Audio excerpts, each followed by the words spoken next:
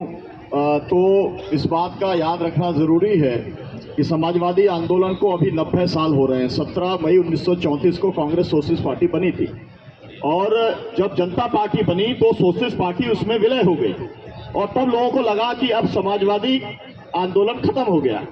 लेकिन नेताजी ने उसको फिर से पुनर्जीवित किया 92 के अंदर। 32 साल से ये पार्टी चल रही है। आमतौर पर समाजवादियों के बारे में कहा जाता है कभी इकट्ठे ही नहीं रह सकते, टूट जाते हैं। आज भी कोई एक चैनल के ऊपर ये बात हो रही थी और मैंने वहां पर कहा कि 32 साल के अंदर अगर समाजवादी नहीं टूटे हैं तो आपको इस कहावत को बदलना चाहिए कि समाजवादी कभी इकट्ठे नहीं रह सकते हैं। और ये बात आपको लोगों को बतानी और समझाने का काम आपको करना चाहिए। साथियों, इतने सारे संस्मरण हैं, इतने ज्यादा संस्मरण हैं, उसके लिए समय नहीं है।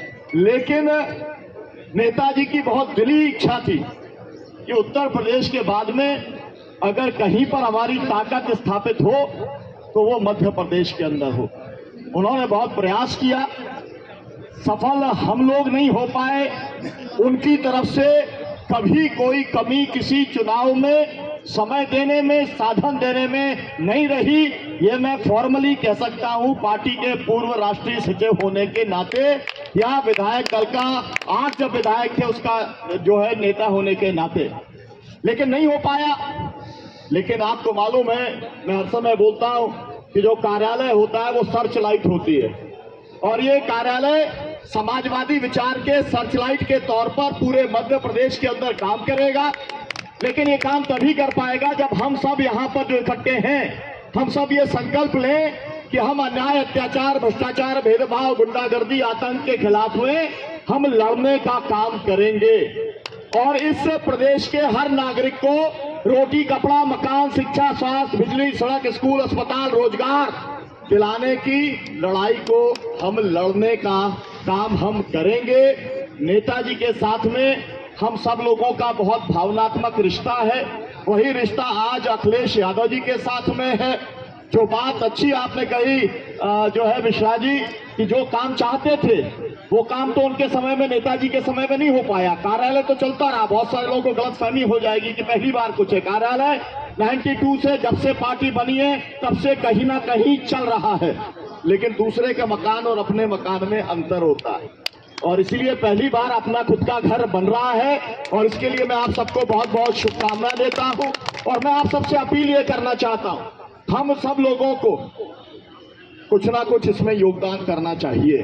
कम से कम जितने लोग यहाँ पर बैठे हैं सबको ये संकल्प लेके जाना चाहिए। और मैं कह सकता हूँ कुछ पैसा इकट्ठा करने की जरूरत नहीं है।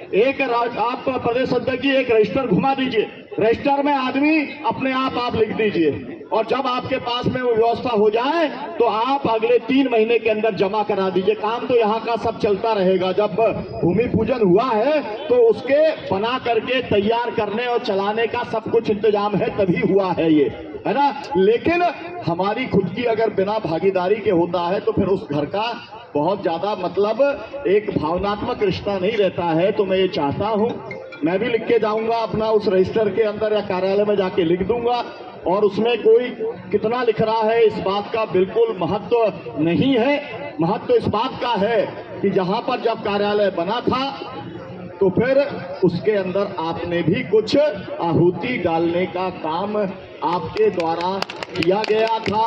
हम 8 तक पहुंचे थे, कम से कम 80 तक पहुंचे। ये भी हम लोगों को संकल्प लेना चाहिए और वो संकल्प हम तभी ले सकते हैं जब अगले चुनाव की तैयारी अभी से हम लोग शुरू कर दें। आप समझिए, समाजवादी आंदोलन का हम बहुत गाना लगातार गाते हैं, हम तो मतलब लगातार ही ये काम करते हैं, लिखते, पढ़ते, बोलते। लेकिन इतनी लोकसभा में सीटें कभी भी समाजवादियों की नहीं थी 1952 के बाद।